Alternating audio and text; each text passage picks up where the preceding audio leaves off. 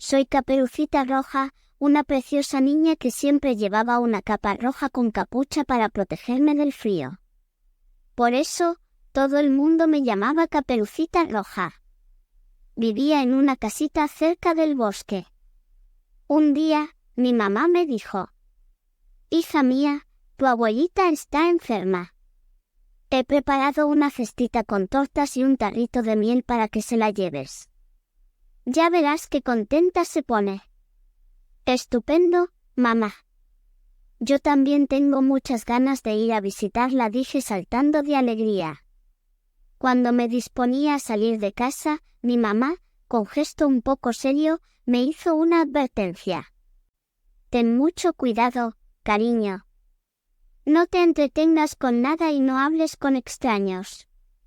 Sabes que en el bosque vive el lobo y es muy peligroso. Si ves que aparece, sigue tu camino sin detenerte». «No te preocupes, mamita», dije.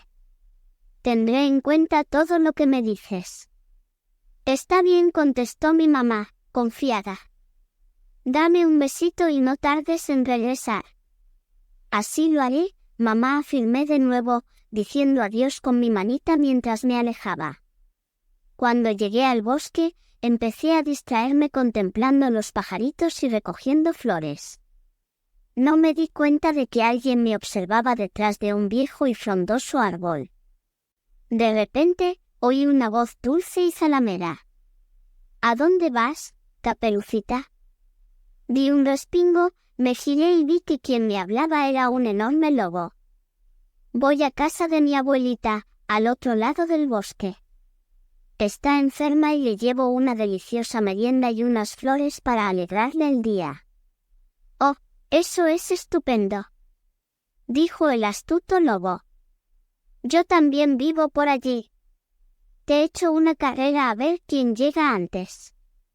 Cada uno iremos por un camino diferente. ¿Te parece bien?». Inocente, pensé que era una idea divertida y asentí con la cabeza. No sabía que el lobo había elegido el camino más corto para llegar primero a su destino. Cuando el animal llegó a casa de la abuela, llamó a la puerta. «¿Quién es?», gritó la mujer. «Soy yo, abuelita, tu querida nieta Caperucita». «Ábreme la puerta», dijo el lobo imitando la voz de la niña. «Pasa, querida mía». «La puerta está abierta», contestó la abuela. El malvado lobo entró en la casa y sin pensárselo dos veces, saltó sobre la cama y se comió a la anciana. Después, se puso su camisón y su gorrito de dormir y se metió entre las sábanas esperando a que llegara yo. Al rato, se oyeron unos golpes. «¿Quién llama?», dijo el lobo forzando la voz como si fuera la abuelita. «Soy yo, Caperucita. Vengo a hacerte una visita y a traerte unos ricos dulces para merendar. Pasa, querida, estoy deseando abrazarte», dijo el lobo malvado relamiéndose. La habitación estaba en penumbra. Cuando me acerqué a la cama, me pareció que mi abuela estaba muy cambiada. Extrañada, le dije: «Abuelita, abuelita, ¿qué ojos tan grandes tienes?». «Son para verte mejor, preciosa mía», contestó el lobo, suavizando la voz. «Abuelita, abuelita, ¿qué orejas tan grandes tienes?». «Son para oírte mejor, querida». «Pero, abuelita, abuelita, ¿qué boca tan grande tienes?». «Es para comerte mejor», gritó el lobo dando un enorme salto y comiéndome de un bocado. Con la barriga llena después de tanta comida, al lobo le entró sueño. Salió de la casa, se tumbó en el jardín y cayó profundamente dormido. El fuerte sonido de sus ronquidos llamó la atención de un cazador que pasaba por allí. El hombre se acercó y vio que el animal tenía la panza muy hinchada, demasiado para ser un lobo.